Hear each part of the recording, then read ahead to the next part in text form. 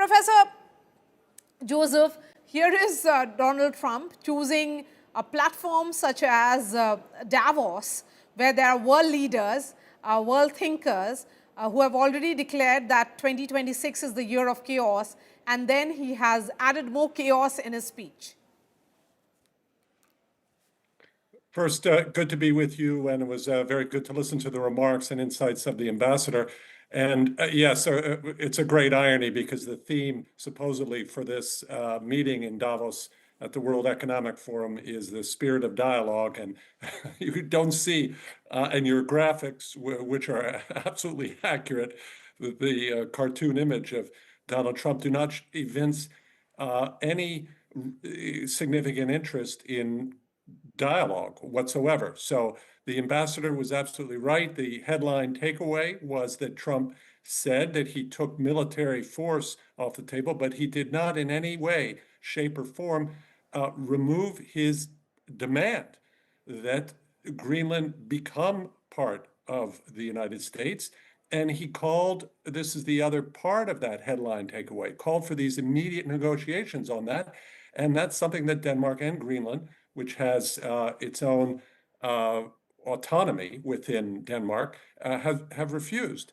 So the confrontation remains, and Donald Trump's apparent determination to obtain sovereignty, not some type of just agreement for expanded military presence or commercial exploitation of Greenland. Apparently that still is not what Donald Trump is after. He wants an acquisition, a formal acquisition, and so far he seems still determined to get it. Please. Okay, there's a piece of breaking news that is coming in now, and let's cut across to it. Stay with us, Professor. I'm going to come to you in just a moment. In fact, Donald Trump has told Indian media, and this was a question that was asked by Money Control's Chandra. She asked a specific question with regards to the India-US trade deal, and his response was, I have great respect for your Prime Minister. He's a fantastic man and a friend of mine. We are going to have a good deal. So that's what the big message that is coming in from President Trump with regards to the India-US trade deal is concerned. Professor Joseph, a message that has gone on to the European Union, a message clearly to Vladimir Putin and Zelensky, as much as his dislike for Prime Minister Carney's remark of yesterday. Yes. So we see here, we have to remember the difference here between President Trump in his first term and now is that he really has no restraints. He doesn't see that he has any restraints.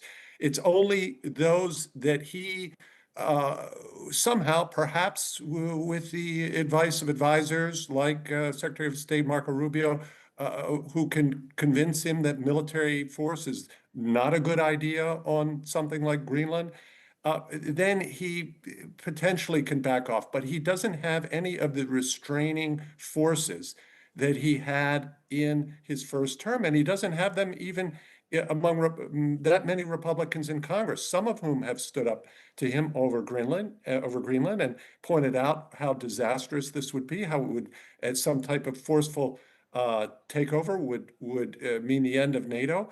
And he doesn't understand strategically what he's even connecting here, that he emphasizes the threat from Russia and China to Greenland, but he cannot connect that with the strategic imperative to unite and maintain a strong alliance with Europe through NATO and with the European Union to counter that threat from Russia and China. He can only, with the tunnel vision, see Greenland, and that's his immediate focus.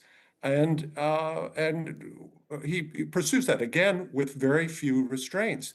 As to in terms of what the EU can do about it, well, we see it's they're in a quandary, and they remain in a quandary, despite what the support they're getting from Canada and Prime Minister Carney, and the speech that European Commission President von der Leyen made herself yesterday, also noting effectively a rupture.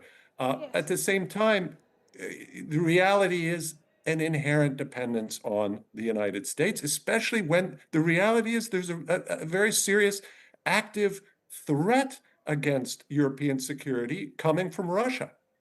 So simply, it's not so simple to just to say, oh, well, there's a rupture. Okay, there's a rupture. Well, you're not in a position to defend yourself against the immediate kinetic threat, which is coming from Russia.